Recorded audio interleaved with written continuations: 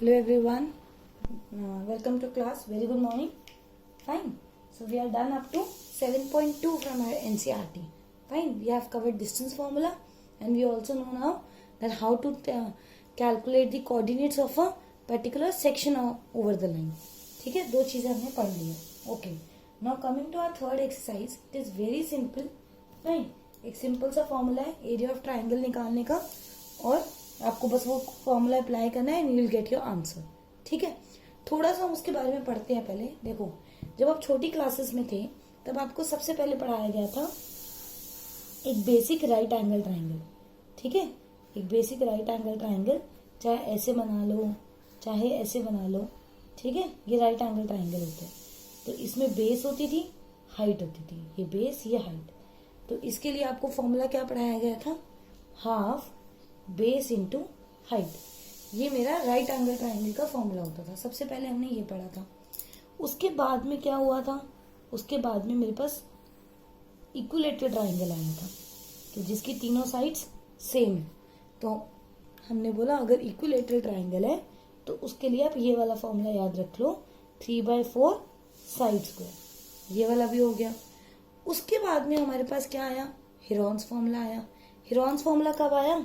कि जब भाई राइट एंगल भी नहीं है और ये भी नहीं है, इक्विलेटरल भी नहीं है, तो उसने बोला तब कैसे निकाले? कोई भी तीन रैंडम वैल्यूज आ सकती हैं.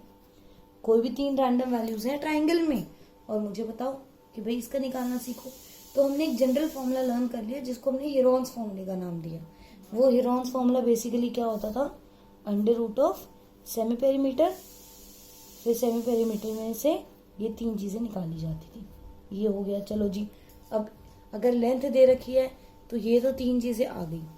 फिर उन्होंने मुझे एक और कॉम्प्लेक्सिटी दे दी. उन्होंने बोला कि अब अगर मैं तुम्हें कोऑर्डिनेट्स दे दूं, x1 y1, x2 y2, x3 y3, तब कैसे निकालोगे?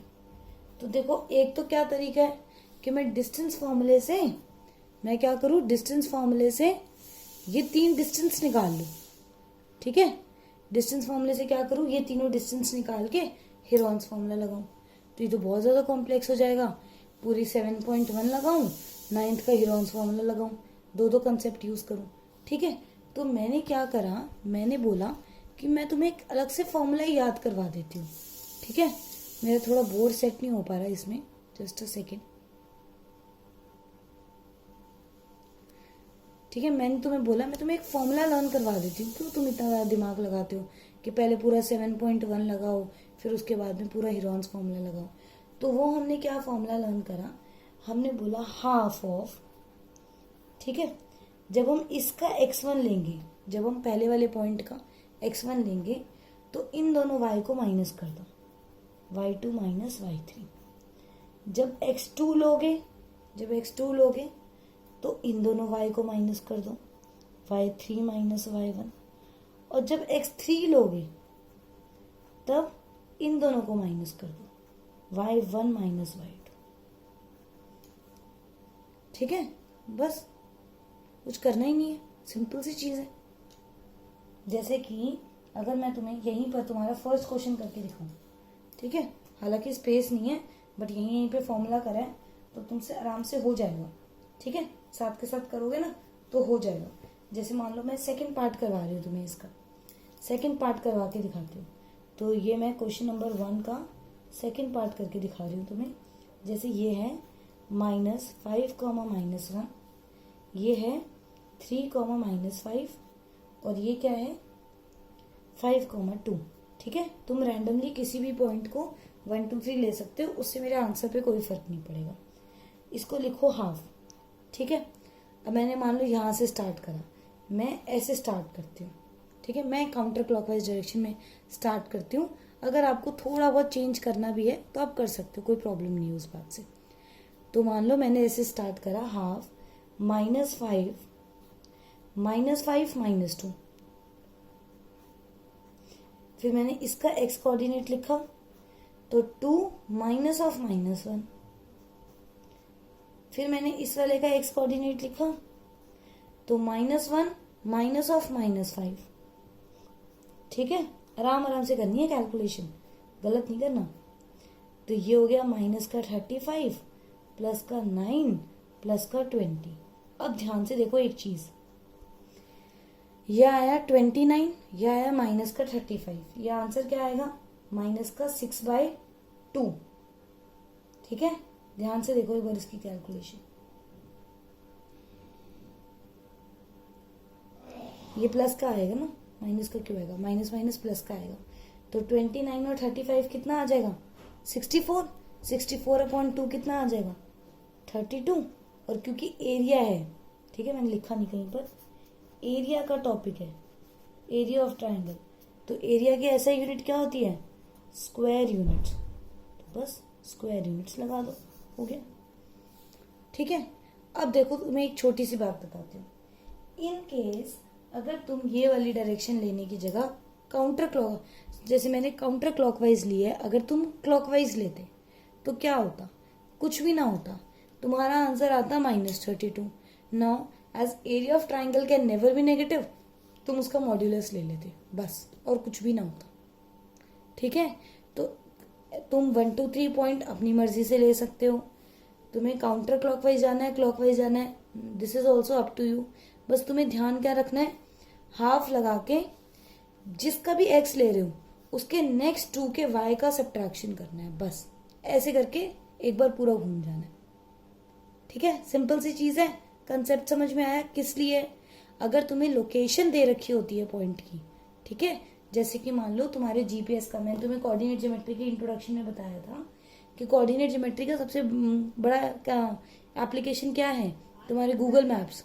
ठीक है, तो गूगल मैप्स का किस हिसाब से करते हो, जैसे मान लो मैंने 3 घरों के बीच 3 घरों की लोकेशन ले ली, ये मेरा घर है, ये मेरा सेंटर है और ये मेरा स्कूल है। ठीक है, ये मैंने 3 लोकेशन ले ली। अब मुझे देखना है कि इन तीनों पॉइंट्स के बीच में मेरा कितना एरिया कवर हो रहा है, तो मैं कोऑर्डिनेट ज्योमेट्री से निकाल सकती हूँ। ठीक है, कि अगर मेरे इस 3 लोकेशंस के बीच में मैं कितना एरिया कवर करती हूँ तो वो ऐसे निकल सकता है। बहुत सिंपल सी चीज़ है, अगर सोच के देखोगे तो हर चीज़ की एप्लीकेशन होती है। बच्चे मजाक मजाक में बोल देते हैं हमें इतना सब कुछ पढ़ा रहे हैं, उसका क्या एप्लीकेशन है, हमारे क्या काम आएगा, हर चीज़ की एप्लीकेशन होती है। दिक्कत ये है कि तुम लोगों को वो यूज़ करनी नहीं आती, तो तुम लोग उसको सोचते हो कि नहीं भाई ये तो हमें फालतू में पढ़ा रहे हैं। कोई भी चीज़ फालतू में नहीं पढ़ाई जा रही, हर चीज़ का बहुत ज़्यादा यूज़ है तुम्हारी लाइफ में। ठीक है, जैसे अब देखो एक और चीज़ देखो, अब इन्होंने हमें क्या बोला, ज़रूरी नहीं है ट्राइंगल का एरिया निकालने के काम आती है ये। देखो जैसे मैं सेकंड क्वेश्चन पे की बात करती हूँ, सेकंड क्वेश्चन में उन्होंने मुझे क्या बोला कि एक लाइन है, ठीक है, उसके 3 पॉइंट्स हैं। जैसे मैं इसका भी सेकंड पार्ट कर दूं, थोड़ा सा जिसमें नेगेटिव नेगेटिव वाले साइन होते हैं ना, वो थोड़ा मुश्किल हो जाता है बच्चों के लिए, तो मैं ये वाला पॉइंट मैं सेकंड पार्ट कर रही हूँ, फर्स्ट पार्ट तो तुम कर लोगे, ईजी है। ठीक है, अब देखो मैं तुम्हें इसका दूसरा एप्लीकेशन बताती हूँ। 3 पॉइंट है ABC, ठीक है, सिर्फ इंफॉर्मेशन क्या गिवन है कि ये कोलिनियर है, मतलब ये एक लाइन के ऊपर लाई कर रहे हैं। अब ना तो रेशियो है जिसमें AB और BC को डिवाइड करना है, ना ही डिस्टेंस निकाल दे रखा है कि इक्वल है या डबल है या ट्रिपल है या कुछ और, तो ना तो डिस्टेंस फॉर्मूला लग सकता है ना सेक्शन फॉर्मूला लग सकता है। अब मैं क्या करूँ, कोलिनियर है, मान लिया कोलिनियर है, ठीक है, तो अब वो कह रहा है K की वैल्यू निकालो। अब एक तरीका तो डिस्टेंस फॉर्मूले से क्या हो सकता है कि AB plus BC is equal to AC, but मुझे नहीं पता, क्या पता C बीच में हो, तो AC plus BC is equal to AB हो सकता है ना। कोलिनियर में हम ये तो यूज करते हैं AB plus BC is equal to AC, but इसमें भी दिक्कत है, उसने थोड़ा ना बोला B बीच में है, वो तो मैंने B बीच में ले लिया। ठीक है, तो सबसे आसान तरीका क्या है, अगर ये एक लाइन के बीच ऊपर है, इसके मतलब जब इसको हम ट्राइंगल में लिखेंगे 8,1 K, -4 2, -5, तो एरिया ऑफ ट्राइंगल क्या आएगा 0 आएगा। अगर ये कोलिनियर है तो एरिया ऑफ ट्राइंगल क्या होगा 0 होगा, तो बस आ जाएगा आंसर। लिखो हाफ। 8 अगर लिखूंगी तो इन दोनों y का माइनस ऑफ 4 माइनस ऑफ -5 तो 1। K अगर लिखूंगी तो इन दोनों का -6 और 2 इधर लिखूंगी तो 1 minus of -4 5। Is equal to 0। तो ये हाफ हो गया, ये हो गया 8 माइनस का 6k plus 10 is equal to 0। ठीक है, अब ये तुम बेकार में 2 कॉमन लेना तो लो, वरना 1/2 है, इधर मल्टीप्लाई और उधर जाके 2 मल्टीप्लाई होगा, 0 कैंसिल हो जाएगा।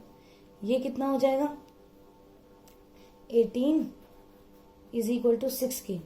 तो k की वैल्यू क्या आ गई, 3 हो गया। बोलो, बेकार में सोचते रहते हैं AB प्लस BC है या क्या चीज है, कुछ करने की जरूरत ही नहीं है। ठीक है, अब एक चीज मुझे आपको एक्स्ट्रा बतानी है, आई होप यहां तक क्लियर है। ठीक है, एक मुझे तुम्हें चीज बतानी है, special case of section formula. ठीक है, ये सेक्शन फॉर्मूला में बतानी थी बट उधर रह गई थी, तो अब बता देती हूँ, कोई नहीं, यूज तो यहीं पर हो रही है। Special case of section formula ये क्या है कि अगर कोई लाइन है A, B, ठीक है, और जो P पॉइंट है ये इसको 1:1 में डिवाइड कर रहा है, तो जो x और y के कोऑर्डिनेट्स होते हैं वो नॉर्मली क्या होते हैं, आगे का रेशियो पीछे का नंबर। जैसे अगर मैं इसको x1, y1 ले लूं, इसको x2, y2 ले लूं, तो आगे का रेशियो पीछे का नंबर, तो m1 इंटू में x2 प्लस m2 इंटू में x1 अपॉन में m1 प्लस m2। तो अगर m1 और m2 की वैल्यू 1, 1 है तो x का आंसर क्या आ जाएगा, x1 प्लस x2.2। ऐसे ही y की वैल्यू क्या आ जाएगी, y1 प्लस y2 अपॉन में 2। तो ये याद रख लो कि अगर मिड पॉइंट गिवन है तो हम सेक्शन फॉर्मूला से क्या कर सकते हैं, डायरेक्टली x और y की वैल्यू क्या लगा सकते हैं, दोनों का सम अपॉन 2, दोनों का सम अपॉन 2 हो जाएगा। इसको तुम मिड पॉइंट थ्योरम मत कहना, मिड पॉइंट थ्योरम एक अलग चीज है, special case of section formula कह दो, या फिर mid point using coordinates of mid point using section formula कह दो, ऐसे करके लिख देना। अगर तुम्हें कहीं पे फॉर्मूला यूज करना पड़े तो ऐसे लिख देना, special case of section formula या फिर coordinates of mid point using section formula. ठीक है, तो बस हम इसकी एप्लीकेशन करते हैं, इसलिए तो पढ़ाया है क्योंकि अब इसकी एप्लीकेशन है। देखो, क्वेश्चन है कि एक ट्राइंगल है ABC, ठीक है, ये है 0, -1, ये है 2, 1 और ये है 0, 3। इसके मिड पॉइंट्स बना लो पहले, इसके मिड पॉइंट्स। ठीक है, इसके मिड पॉइंट्स कैसे निकालोगे, इन दोनों का मिड पॉइंट D, इन दोनों का E और F, इस DEF को ज्वाइन करके एक ट्राइंगल बन रहा है। वो कह रहा है इस DEF का फाइंड द रेशियो दिस, मतलब एरिया ऑफ DEF निकालना है, ट्राइंगल DEF अपॉन में एरिया ऑफ ट्राइंगल ABC निकालना है मुझे, ये निकालना है, इनका रेशियो निकालना है। तो एरिया निकालने के लिए तो मेरे पास जब अगर कोऑर्डिनेट्स दे रखे हों और एरिया निकालना है तो मेरे पास फॉर्मूला है, लेकिन DF के कोऑर्डिनेट्स नहीं है, लेकिन इन्फॉर्मेशन क्या दे रखी है कि D इसका मिड पॉइंट है, E इसका मिड पॉइंट है और F इसका मिड पॉइंट है। तो अभी अभी मैंने आपको special case of section formula बताया है, तो D के कोऑर्डिनेट्स कैसे निकालोगे, 0 + 2 अपॉन 2, तो आंसर आएगा 1, -1 + 1 0, 0.2 is 0, 2 + 0 upon 2, 3 + 1 4, 4 upon 2 is 2, 0 + 0 upon 2, -1 + 3 2, 2 upon 2 is this. ये आ गया DEF। ठीक है, अब तो सॉर्टेड है, अब तो कुछ करना ही नहीं है। क्या करें, ट्राइंगल DEF का एरिया कैसे निकालोगे, हाफ ऑफ, यहां से स्टार्ट कर लेते हैं। ठीक है, तुम्हें जहां से स्टार्ट करना हो वहां से स्टार्ट कर लो तुम, मुझे तो बस एक सीक्वेंस चाहिए, तो मैं तुम्हें लिख देती हूँ, फिर तुम्हें कंफ्यूजन नहीं होगी कि मैंने कहाँ से स्टार्ट करा है। 2 - 1, फिर जब 1 लिखा है तो 1 - 0, जब 0 लिखूंगी तो 0 - 2। ठीक है, अब एक बात ध्यान रखना, जैसे किसी चीज का कोफिशिएंट 0 आता है उसको वहीं पे कैंसिल करो, वरना गलती से भी अगर -2 लिख दिया फिर तुम पूरी कैलकुलेशन गलत कर दोगे। तो इसको लिखो half of 2 minus 1 is 1, 1 into 1 is 1, ये 1, तो 1 प्लस 1 2, आंसर क्या है 1 स्क्वायर यूनिट्स। हो गया, ठीक है। ऐसे ही ट्राइंगल एबीसी निकाल लो, ऐसे ट्राइंगल क्या करो एबीसी निकाल लो, तो हाफ ऑफ, यहां से 0 से स्टार्ट करो, 1 माइनस 3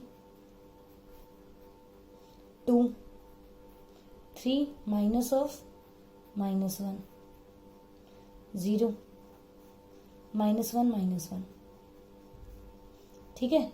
जिसका कोफिशिएंट 0 है उसको तो वहीं पे कैंसिल करो। 3 प्लस 1 4, 4 इंटू 2 8, 8/2 4। तो अगर मैं इसको यहां पर पुट कर दूं तो ये क्या आ गया, इसको और इसको यहां पे पुट करो तो ये क्या आ गया 1/4। डन। बोलो है मुश्किल? बिल्कुल भी मुश्किल नहीं है, ठीक है। ऐसे क्या करेंगे, ऐसे ही हमारे पास वो है तुम्हारा क्या कहते हैं, एक आगे चैप्टर पढ़ेंगे similarity of triangle. Similarity of triangle में क्या होता है कि कॉन्सेप्ट होता है थोड़ा, चलो बाद में बताएंगे। सिमिलैरिटी ऑफ ट्राइंगल जब करवाऊंगी ना तब उसके बाद में उस टाइम पे ये बता दूंगी मैं एक बार कि ये 1/4 डायरेक्टली उससे भी आंसर आ जाता है, ठीक है। डिस्टेंस फॉर्मूले से भी कर सकते हैं, बट उसके लिए तुम्हें वो कंसेप्ट आना है। अभी यूज तो कर नहीं सकते तुम, वो तो तुम फाइनल पेपर में यूज कर सकते हो जब सारे कर चुके हो, ठीक है। तो तब करेंगे, ये अभी नहीं करवा रही। चलो 4th क्वेश्चन पे आ जाते हैं। 4th क्वेश्चन कैसे करें? 4th क्वेश्चन तो आप लोग ही कर लोगे, 4th क्वेश्चन आप लोग करोगे, मैं फिगर बना के दे रही हूँ। एक ना कोऑर्डिनेटर है, ठीक है। इसके कोऑर्डिनेट्स हैं -4, -2, -3, -5, ठीक है। 3, -2 और 2, 3। आपको इसका एरिया निकालना है, ठीक है। लेकिन आप तो बोलोगे मुझे तो फॉर्मूला किसका पता है, मुझे तो सिर्फ ट्राइंगल के एरिया निकालने का फॉर्मूला आता है। तो क्या हो गया, इस ट्राइंगल 1 का एरिया निकालो, इस ट्राइंगल 2 का एरिया निकालो, दोनों को प्लस कर दो। ऐसे तुम उसमें भी तो करते थे हिरॉन्स में, एक का आंसर निकाल के दूसरे का आंसर निकाल के दोनों को प्लस कर देते थे। इसका आंसर आएगा 1 का, ठीक है। मैंने डिवीजन अलग अलग करी है, चेक कर लो एक बार।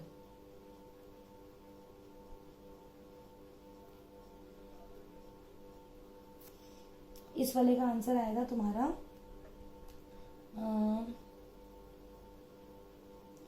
21/2 आएगा शायद। इस वाले का आंसर आएगा 21/2, इस वाले का शायद आंसर आएगा 35/2। तो अगर प्लस करोगे इसको तो 21 + 35/2, तो ये आएगा 56/2, 28 स्क्वायर यूनिट्स, ठीक है।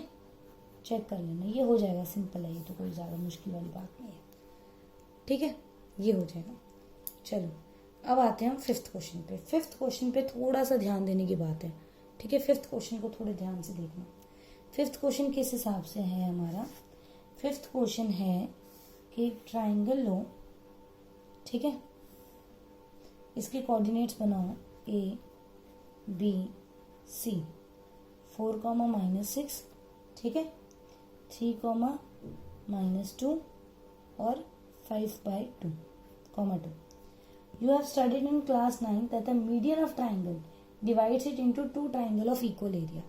हमने क्लास 9th में पढ़ा था कि अगर एक वर्टिकल एंगल से बेस के ऊपर एक मीडियन बना दी जाए, ठीक है, तो वो क्या करती है, वो दोनों ट्राइंगल को इक्वल एरिया में डिवाइड कर देती है। ये हमने 9th क्लास में पढ़ा था, हाँ जी पढ़ा था। Verify this result for this very triangle, तो वो कह रहे हैं इस वाले ट्राइंगल के लिए वेरीफाई करके दिखाओ। कर लेंगे।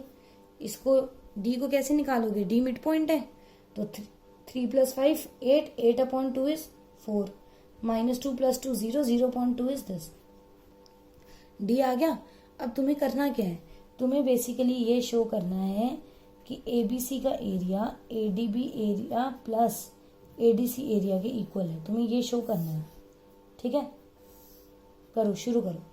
जैसे तुमने एडीबी लगाया तो एडीबी कैसे लगाओगे, हाफ ऑफ ए से स्टार्ट कर लो, 4 -2 -0, 3 0 6 4 minus 6 plus 2.